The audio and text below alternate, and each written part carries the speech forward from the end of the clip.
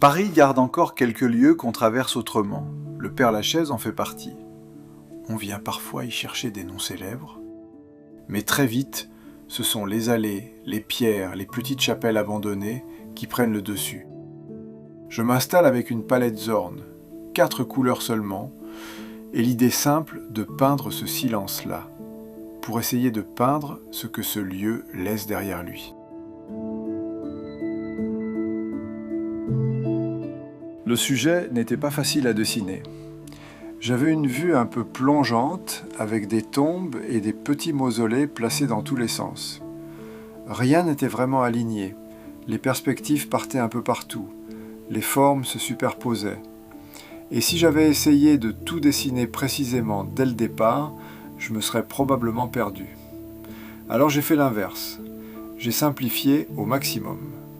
J'ai d'abord cherché les grandes masses, les directions principales, les volumes importants. Puis, seulement après, j'ai commencé à préciser.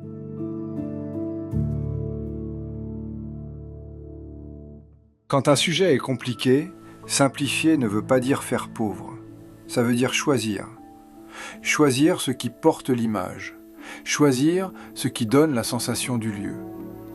Ici, je n'avais pas besoin de dessiner chaque pierre, chaque grille, chaque sculpture.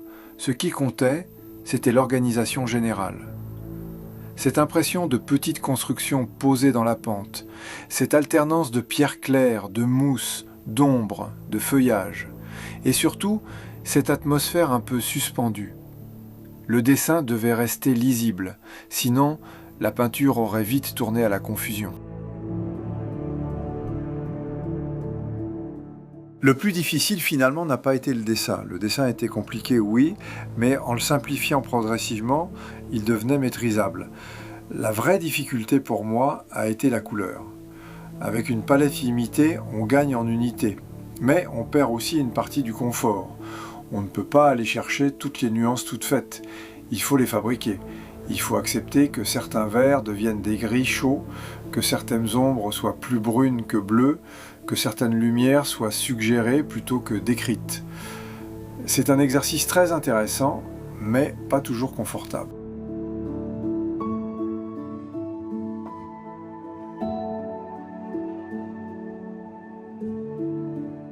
Le Père-Lachaise, c'est un lieu assez étrange à Paris. On pense d'abord à un cimetière, donc à quelque chose de triste, de fermé, presque morbide. Et puis quand on y entre vraiment, on découvre autre chose. C'est calme, c'est vaste. Il y a des arbres, des allées, des escaliers, des ombres, des pierres anciennes, des visiteurs qui marchent doucement. On n'est pas seulement dans un lieu de mort, on est dans un lieu de mémoire, un lieu de traces, un lieu où Paris semble ralentir un peu.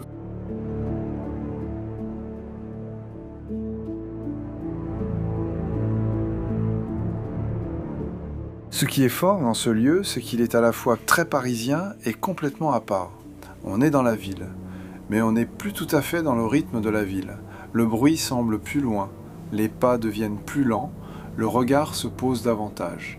Pour peindre, c'est précieux, parce qu'on ne vient pas seulement chercher un joli sujet, on vient chercher une densité, une ambiance, quelque chose qui a déjà vécu avant nous et qui continuera après nous.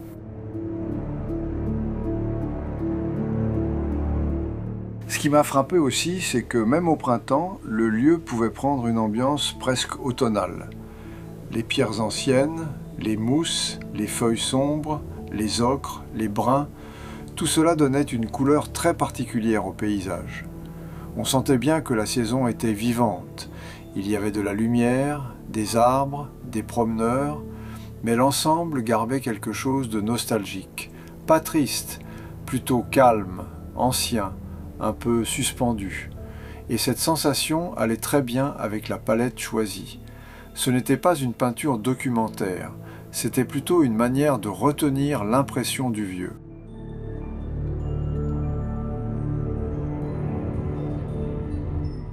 Dans la vidéo, on voit régulièrement les allées du cimetière, ces longues perspectives entre les tombes.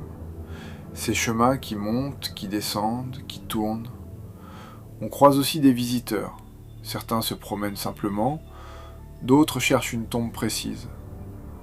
Au Père-Lachaise, beaucoup viennent pour les célébrités. Édith Piaf, Jim Morrison, Oscar Wilde, Molière et bien d'autres. Il y a presque une forme de tourisme de mémoire. Mais ce n'est pas forcément gênant. Ça fait partie du lieu. Les morts célèbres attirent les vivants. Et les vivants redonnent un peu de mouvement à ces allées.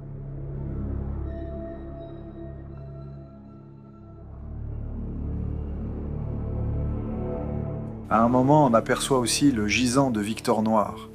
C'est l'une des tombes les plus connues du Père-Lachaise. Victor Noir était un journaliste tué en 1870 dans une affaire politique qui avait marqué son époque.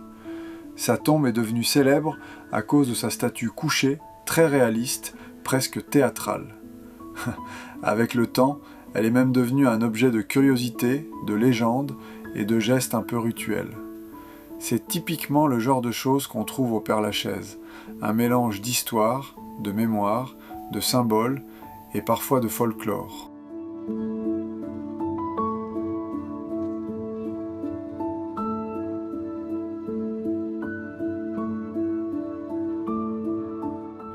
Si cette promenade au Père-Lachaise vous a plu, vous pouvez vous abonner pour suivre les prochaines peintures.